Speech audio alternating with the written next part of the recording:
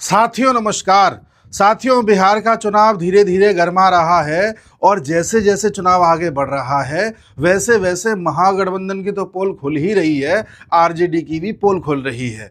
कल मंच से घोषणा हुई कि महागठबंधन का जो सीएम फेस होगा वो तेजस्वी यादव होंगे।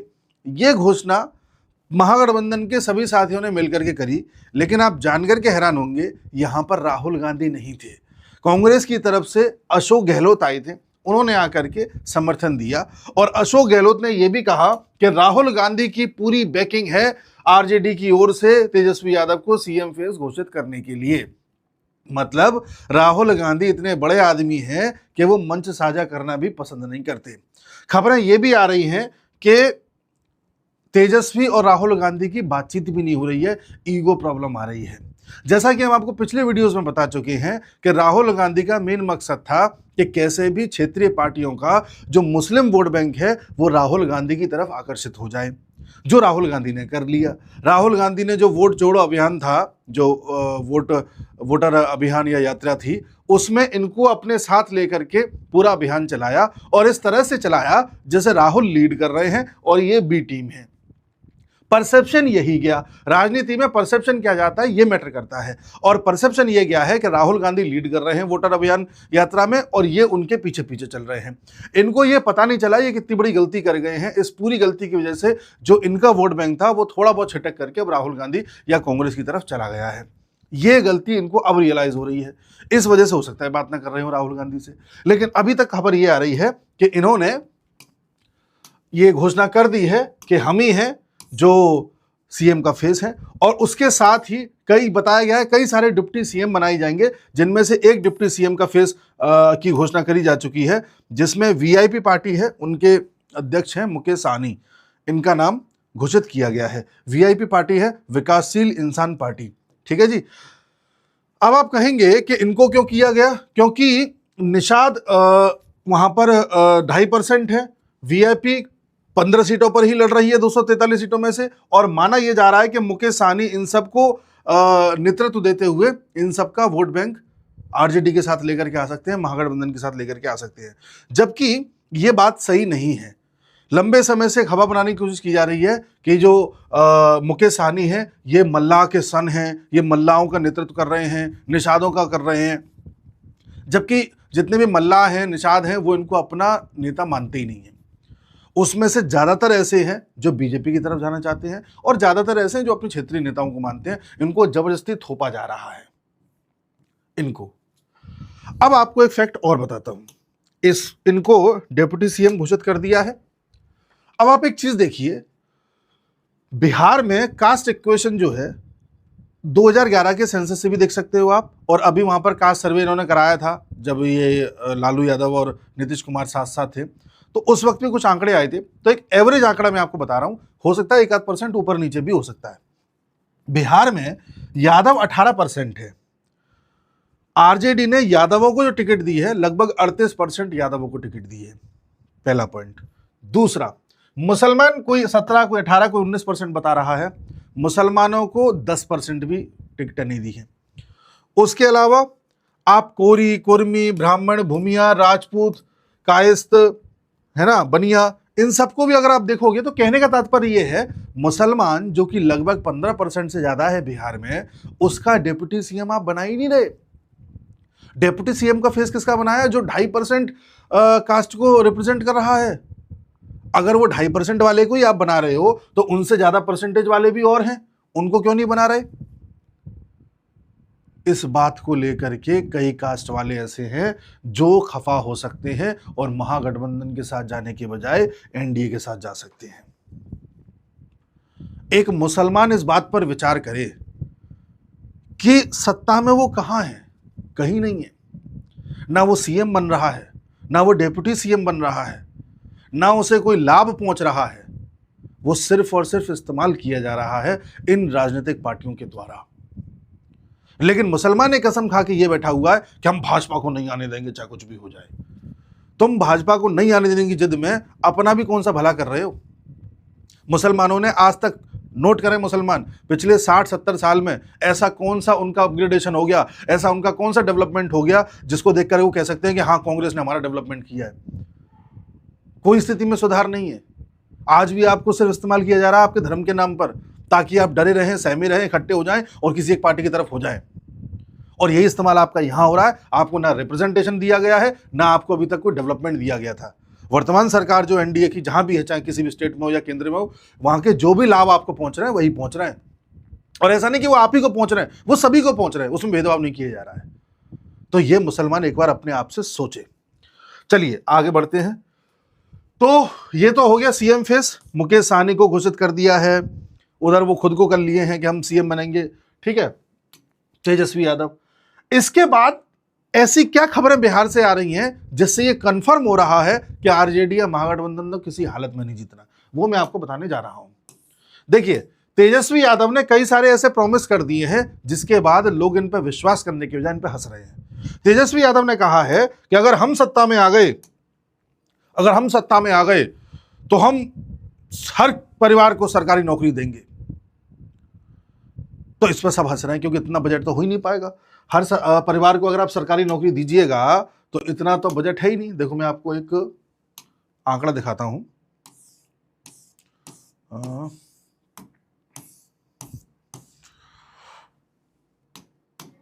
ये 2.6 करोड़ हाउस होल्ड जॉब्स हैं अगर ये देंगे तो, जिसके लिए लगभग 12 लाख करोड़ रुपए चाहिए। और बिहार का जो बजट होता है वो केवल 3 लाख करोड़ होता है। ये मैं आपको पहले ही बता चुका हूं। तो 3 लाख करोड़ के बजट में आप 12 लाख करोड़ की नौकरियां कैसे दे दोगे? पहला हास्यास्पद पॉइंट। दूसरा हास्यास्पद पॉइंट ये है, तेजस्वी यादव कह रहे हैं कि अगर हम सत्ता में आ गए तो हम करप्शन को जड़ से खत्म कर देंगे। अरे भाई, तुम करप्शन को जड़ से खत्म क्या करोगे? तुम तो खुद जमानत पर बाहर हो, तुम बाहर हो, तुम्हारा भाई बाहर है, तुम्हारे पिताजी, तुम्हारी माताजी, तुम्हारी बहन सब जमानत पर बाहर हैं। IRCTC का केस खुल गया है, कोर्ट ने कह दिया है आगे बढ़ाइए, आप पे IPC 420 लगी हुई है और आप करप्शन हटाने की बात कर रहे हो। आपके पिताजी लालू यादव स्वास्थ्य कारणों की वजह से एक तरीके से पैरोल पर आए हुए हैं, 32 साल की जेल हो रखी है उन्हें, और आप करप्शन खत्म करने की बात कर रहे हो। तो लोग कैसे विश्वास कर लें? अभी थोड़े दिन बाद जेल जाएंगे ये, लोग कैसे विश्वास कर लें? उसके बाद इन्होंने कहा कि हम बिहार को अपराध मुक्त बना देंगे। भाई, पूरे बिहार को अपराध वाला बनाने का काम तो आप ही ने किया है। जंगल राज किसके लिए कहा जाता है? आप ही के लिए कहा जाता है। नीतीश कुमार इतने साल से लगातार क्यों चुनते आए हैं? ऐसा नहीं कि नीतीश कुमार ने बहुत अच्छा काम कर दिया, पर नीतीश कुमार ने वहां पर एक तरीके से वो जंगल राज खत्म किया। जो पहले महिलाएं शाम को घर से बाहर नहीं निकल पाती थी, कम से कम अब उनको थोड़ा बहुत तो सिक्योरिटी है।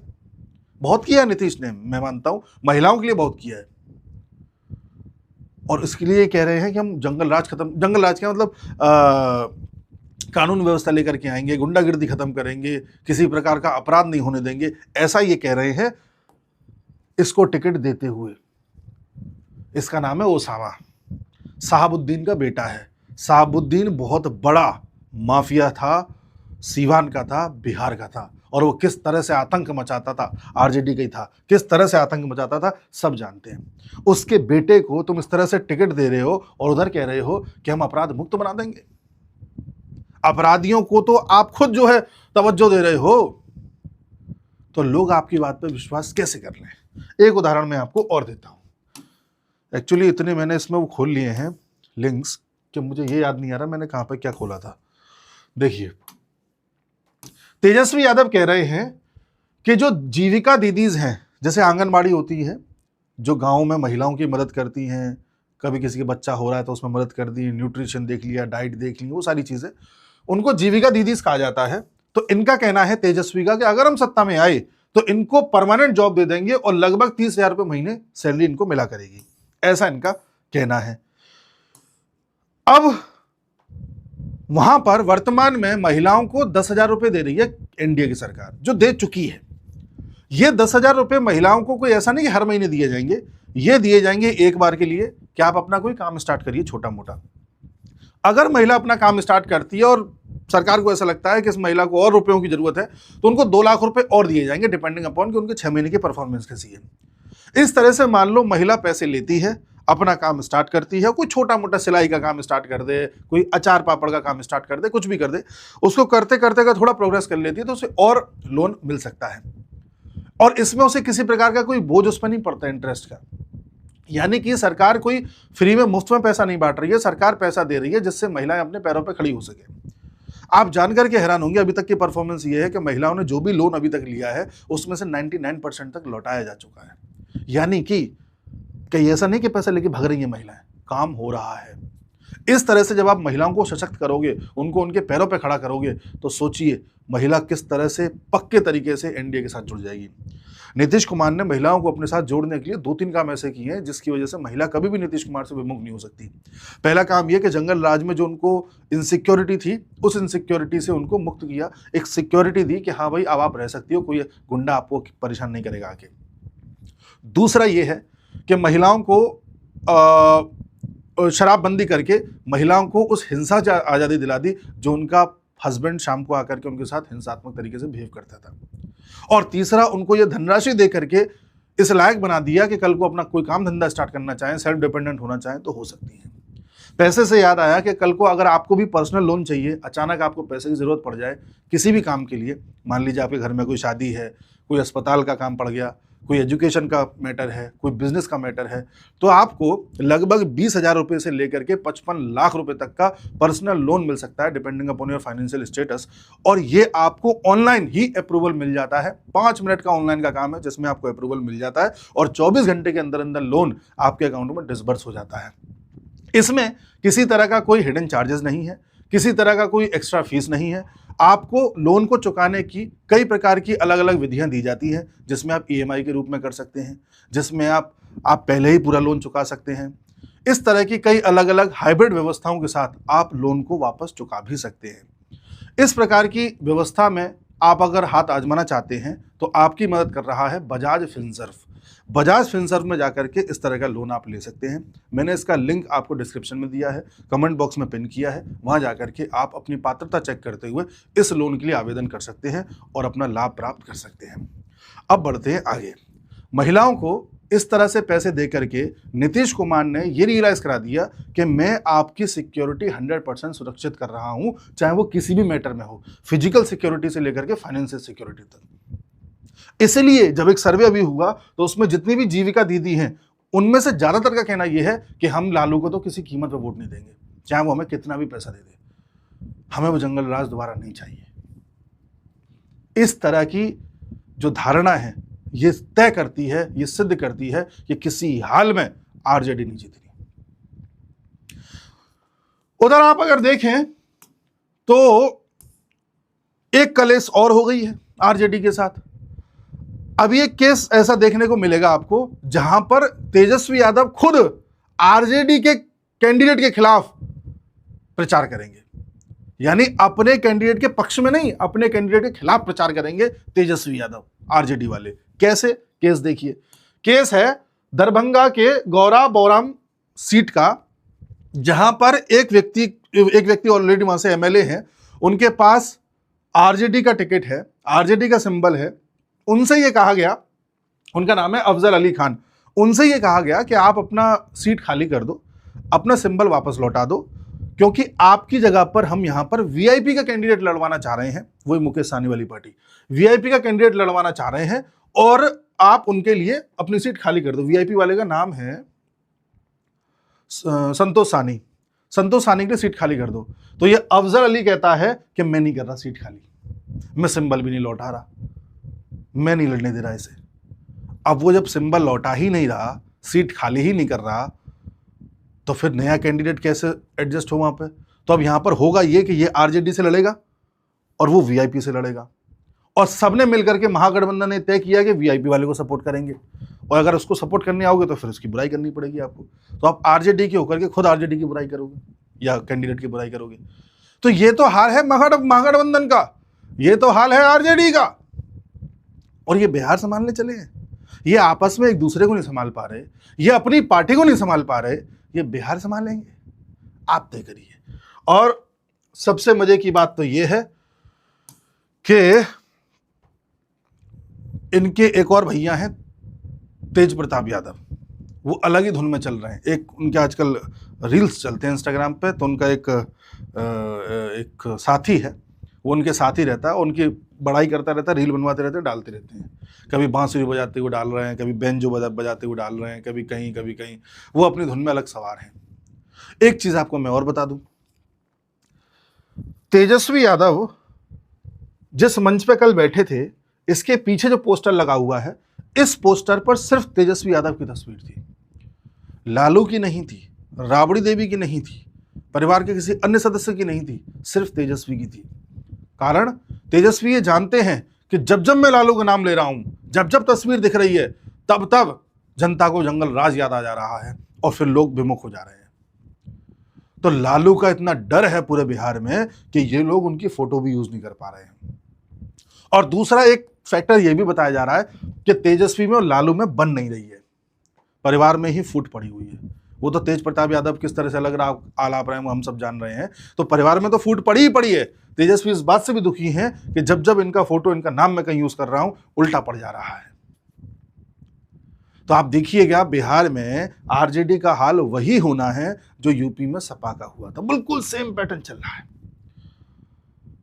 यूपी में जिस तरह से अखिलेश ने नेताजी के साथ किया था, यानी आदरणीय मुलायम सिंह यादव जी के साथ किया था, उसी प्रकार से ये लालू के साथ कर रहा है। एक चीज और, इनको ये भी पता है कि बिहार में जो ये एसआईआर हुई है, जिसके जरिए फर्जी वोटर्स को छांट दिया गया है, जो रोहिंग्यास वगैरह वोटर बन गए तो उनको छांट दिया गया है, जो मर गए हैं उनको छांट दिया गया है। तो इसमें कई वोटर्स ऐसे थे जो गलत तरीके से भारत में आए थे, उनको जबरदस्ती वोटर बनवाया गया था। कईयों को दो दो वोटर आईडी कार्ड पकड़ा दिए गए थे, और इनमें से ज़्यादातर ऐसे थे जो विपक्ष को वोट देते थे। अब उनमें से कई करोड़ों छट गए हैं। अब जब करोड़ छट गए तो वो भी टेंशन इनको ये है कि कहीं ऐसा ना हो कि इसकी वजह से मुझे थोड़े बहुत जो वोट मिल रहे थे वो भी ना मिले। अच्छा, बिहार के चुनाव पर अखिलेश की भी नजर है इस बार। अखिलेश को यह पता है कि जो पैटर्न बिहार में फॉलो होगा वो रिपीट हो जाएगा यूपी में। बिहार में 18% यादव हैं, 38% यादवों को टिकट देने के बाद भी अगर यादव इनके साथ खड़े ना हो तो समझ जाइए यादव विमुख हो गया है। और बिहार का हुआ, बिहार में जब 18% यादव थे तब ये इनको नहीं जिता पाए, तो यूपी में तो 10% से भी कम है। सोचिए सपा का क्या हाल होगा। एसआईआर का असर वहां अगर पड़ रहा है तो यूपी में भी पड़ेगा। सोचिए इनका क्या हाल होगा। राहुल गांधी ने जो हाल इनका कर दिया बिहार में, और कल को राहुल गांधी बोले कि यूपी में मैं अखिलेश के साथ लड़ना है, तो सोचिए अखिलेश का क्या हाल होगा। और अखिलेश ये भी जान रहे हैं कि बिहार में लगभग 17, 18, 19% मुसलमान हैं, और मान लो 18% यादव है। जब ये दोनों मिलकर के नहीं जिता पा रहे तो यूपी में कैसे जिता लेंगे। यूपी में तो बहुत कम आंकड़ा इन दोनों का मिला करके। तो बिहार का चुनाव अखिलेश के लिए खतरे की घंटी हो सकती है, और फिर यूपी का चुनाव देश का चुनाव तय करेगा। आप जानते हैं कि इस बार जो लोकसभा के इलेक्शन हुए थे उसमें मोदी जी को पूर्ण बहुमत लाने में उतनी ही सीटें कम रह गई जितनी यूपी में कम आई हैं। तो बिहार यूपी तय करेगा और यूपी देश तय करेगा। इसलिए चुनाव बड़ा दिलचस्प हो जाता है। चुनाव यूं ही दिलचस्प नहीं हो रहा है। प्रशांत किशोर ने लास्ट मोमेंट में बोला कि मैं चुनाव नहीं लड़ रहा। सोचो उनको भी इनपुट मिल गया होगा। चुनाव लड़वाना एक बात है, चुनाव लड़ना एक बात है। सचिन तेंदुलकर एक महान खिलाड़ी हैं, नो डाउट। उनके गुरु रमाकांत आचरेकर सर उतने महान खिलाड़ी नहीं थे, बेशक उनके गुरु थे। तो टीचर होना, गाइडेंस देना, मैनेज करना, डायरेक्ट करना अलग बात है, और खुद मैदान में उतरना अलग बात है। तो बेशक प्रशांत किशोर ने कई पार्टियों को लड़वाया, जितवाया, लेकिन खुद जब गए तो उनको पता चल रहा है कि दिक्कत कहाँ आ रही है। प्रशांत किशोर का जो टोटल वोट बैंक आएगा वो मुश्किल से 2-3% आएगा, मुश्किल से। सीट एक आध आ जाए तो बहुत बड़ी बात मानिएगा। और अगर कोई वोट बैंक जो 2-3% आ भी रहा है तो उसमें प्रशांत किशोर का उतना योगदान नहीं है जितना उस लोकल कैंडिडेट का जिसको चुन करके उन्होंने खड़ा किया है। आप ये जानिए। और जिन लोगों को प्रशांत किशोर पर लग रहा है कि वो बहुत क्रांतिकारी नेता होंगे, तो उनके पिछले 1 साल के सभी बयान एक तरफ से सुनिए, कब कब किस किस तरह से पलटे हैं देख लीजिए। अब अगर आप आते हैं कि अच्छा साहब जेडीयू और एनडीए जो भी है, बीजेपी, ये तो लंबे समय से सत्ता में है, तो एंटी इनकम्बेंसी भी तो होगी, लोग उससे भी तो विमुख हो रहे होंगे। इसमें उन्होंने खेल खेल दिया है एनडीए वालों ने। हुआ ये है कि पिछली बार बीजेपी जिन जिन सीटों से लड़ी थी और जेडीयू जिन जिन सीटों से लड़ी थी वो उन्होंने स्वैप कर ली है। पहले जिस सीट से जेडीयू का कैंडिडेट लड़ा था, अब वहां से जेडीयू का नहीं बीजेपी का कैंडिडेट लड़ रहा है। पहले जिस सीट से बीजेपी का कैंडिडेट लड़ा था, अब वहां से बीजेपी का नहीं जेडीयू का लड़ रहा है। तो लोगों को चेंज ऑफ टेस्ट मिल जाएगा, एंटी इनकम्बेंसी को कम करने का प्रयास किया जा रहा है। अच्छा, ये लोग कुछ धीमे धीमे चल रहे हैं, आरजेडी वाले चुनाव को गर्म होने नहीं दे रहे हैं। चुनाव गर्म होता है लेकिन फिर थोड़े ठंडे पड़ जाते हैं। ये हरियाणा की तरह करना चाह रहे हैं जैसे हरियाणा में बीजेपी ने किया था। हरियाणा में कोई भी कह देता कि कांग्रेस आराम से जीत रही है, बीजेपी अंदर ही धीरे धीरे धीरे चुपचाप कर रही थी और अंत में बीजेपी जीत गई। लेकिन बीजेपी में और इनमें एक अंतर है, इनके अंदर देखो आइडियोलॉजी कुछ नहीं है, कैंडिडेट में एक तालमेल नहीं है, कोई इनकी हायरकी ऐसी नहीं है कि सब मिलकर के चल रहे हो, परिवार में ही फूट है, गठबंधन में ही फूट है, तो ये धीमे चल के भी फायदा नहीं उठा पाएंगे। बीजेपी में सब कुछ बड़ा सुनियोजित था हरियाणा के केस में, तो उन्होंने धीमे चल के उसका फायदा उठा लिया। बिहार में भी देख लीजिए, एनडीए का कोई भी नेता बागी नहीं हो रहा और कोई भी आपको ऐसी उल्टी सीधी खबरें बाहर नहीं आ रही जिससे आपको लग रहा हो कि इनमें बनी नहीं रही। जहां जहां गलतियां थी, जहां जहां दिक्कतें थी, अमित शाह ने सबको फोन करके सेट कर लिया है। यहाँ कोई ऐसा आदमी नहीं है, यहाँ हर किसी का अपना एक ईगो है। तो ये पूरा एक अभी तक खेल चल रहा है। आगे जो भी अपडेट आएगा मैं आपको बताता हूँ। मैंने लिंक दिया हुआ है डिस्क्रिप्शन में और कमेंट बॉक्स में, वहाँ जाकर ट्राई कर लेना। मिलते अगले वीडियो में, तब तक के लिए नमस्कार।